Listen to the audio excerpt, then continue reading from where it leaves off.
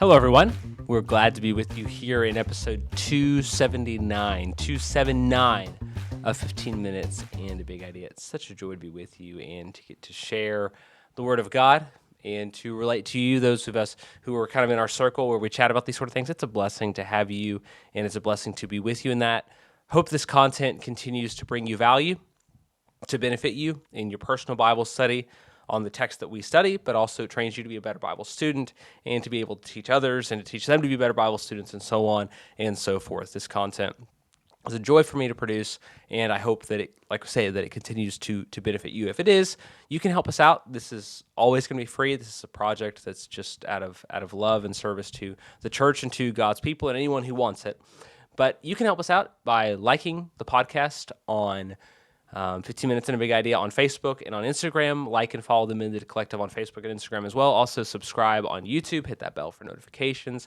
Any comments and likes on the videos too. That sort of thing helps us out. It may not feel like very much, but just doing that, if you see it, click on over, and that's a way you can repay the effort that I'm putting in and that the team at large is putting in.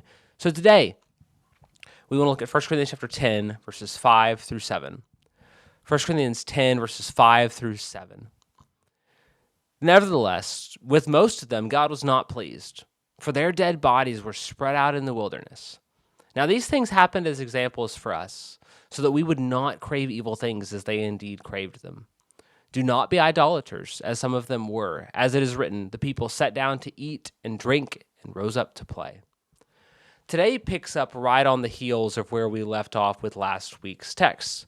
Paul is going to build his case for his big payoff, which will come in a few weeks, but we start to get a taste of it today. To remind ourselves of the location of where we're at in the context of this letter and the book and what all is going on here, Paul has been dealing with, for several weeks as we've been talking about, food offered to idols, especially when the partaking of that food happens on the grounds of the idol's temple.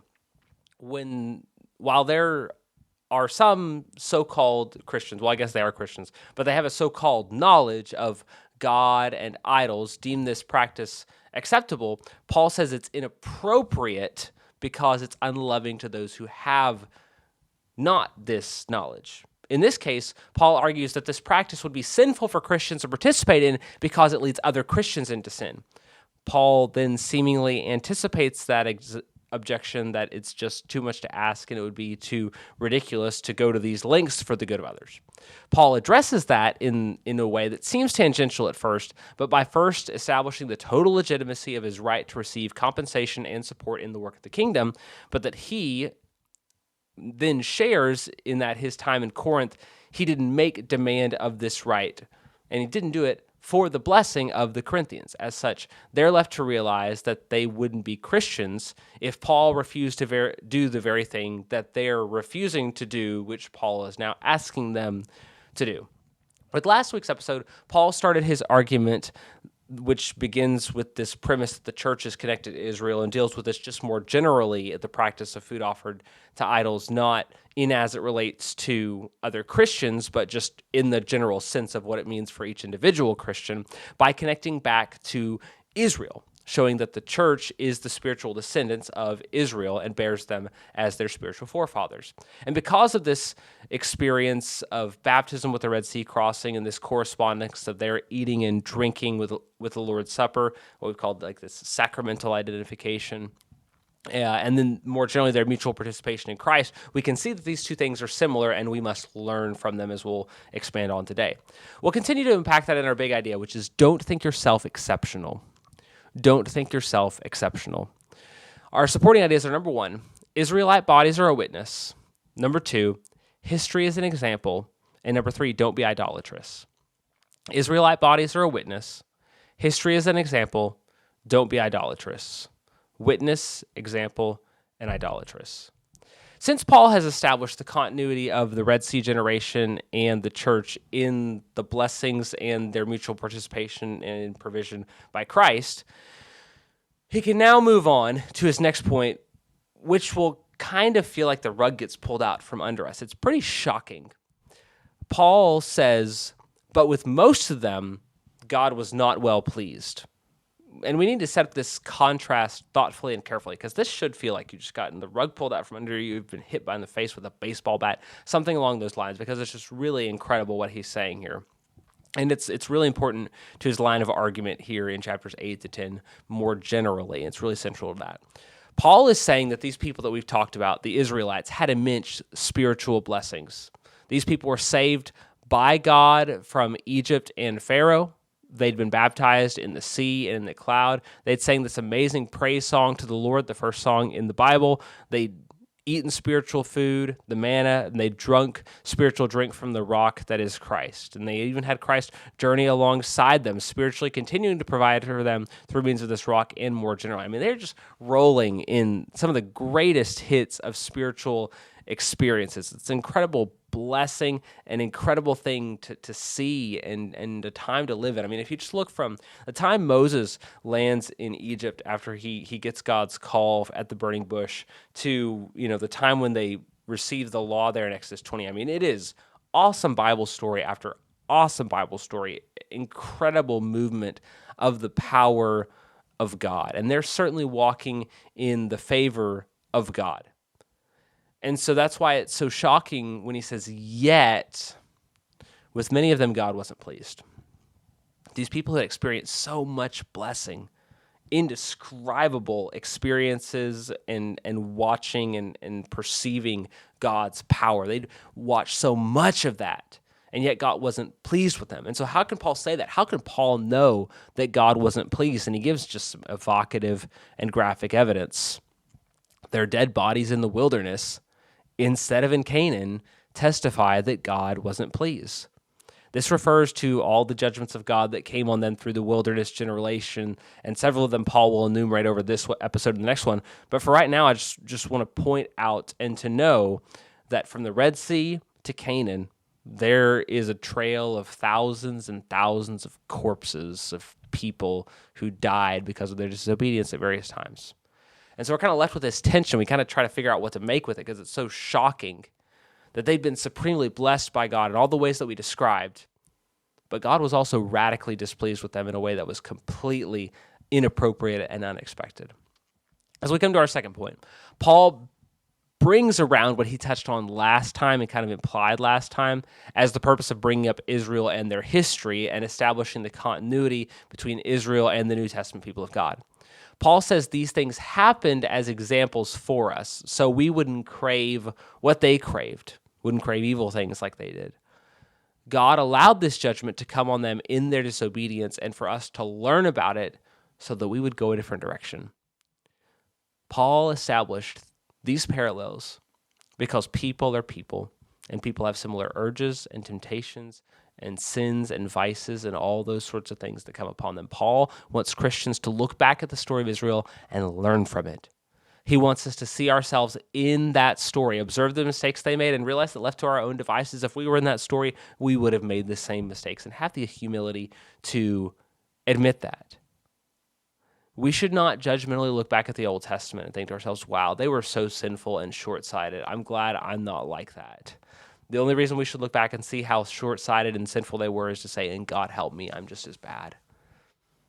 And if we're any better, the only reason is that we have these stories as examples to learn to do better from. And so we must see the grace that Christ has given us to have these accounts and strive to live better and to strive to live with the knowledge of them that allows us to do better.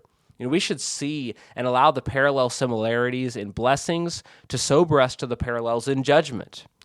These people were sustained by Christ and had some sort of participation in him, yet God was not pleased. And we shouldn't just write off their stories and say, well, we're in the New Testament, and so it's totally different. Some people even go so far as to say there was no grace in the Old Testament, and that's just not true. Some people say there's different gods in the New Testament and God in the Old Testament, and that's not true. To be clear, there is a difference in covenant. There are differences between the Old Testament and the New Testament, but there are some things that have not changed, that are transcendent, that God has allowed and enacted in both places. And God's character and God's hatred of particular things that are going to get pointed out here is definitely one of them.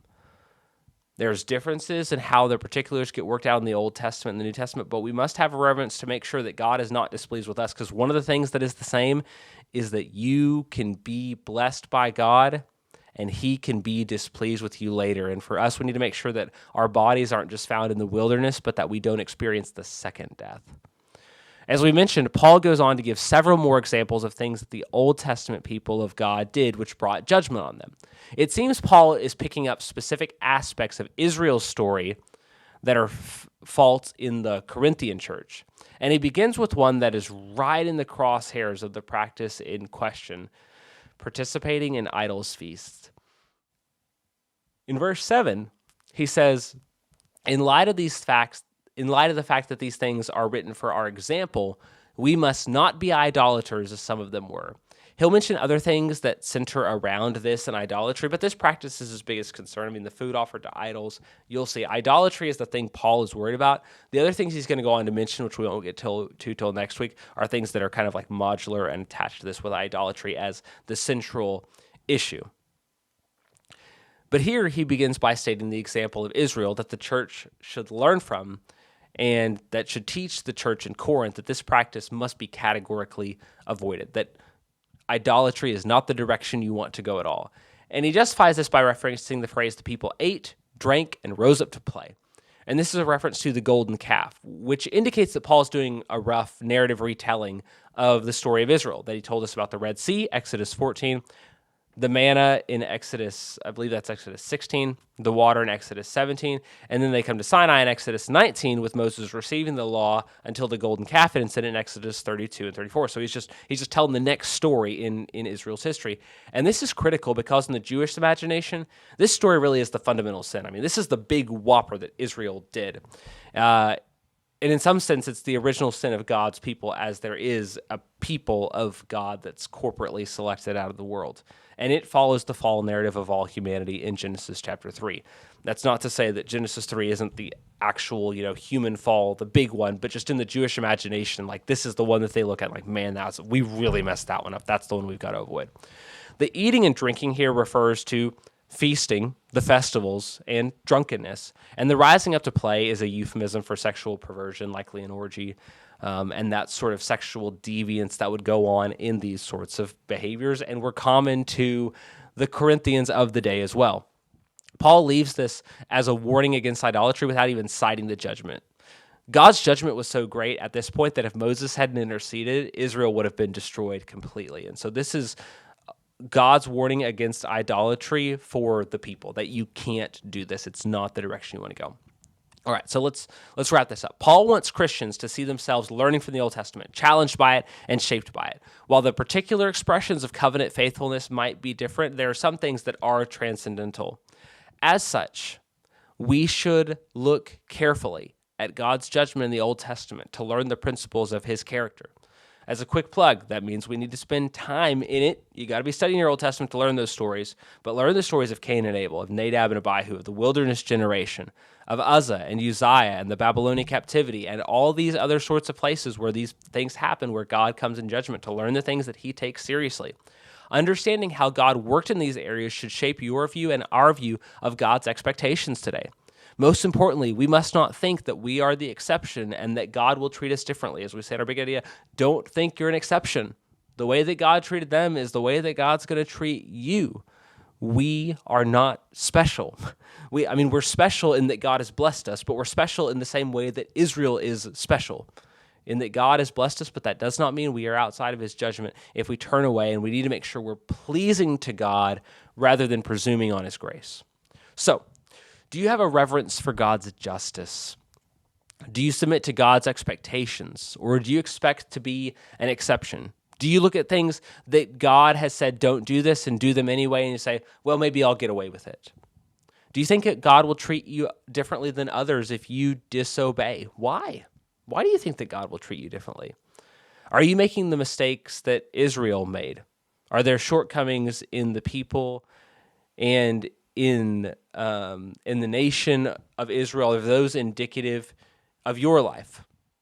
Are you craving the things that they craved? Are you seeking after that which takes your eyes off of God? Are there pleasures, passions, or pursuits that have taken your eyes off of Christ that you're going after instead of him? Do you need to learn from Israel so that you do not crave evil things and so that you are not displeasing to God? Thank you so much for joining us today here at 15 Minutes and a Big Idea. Today's big idea: don't think yourself exceptional.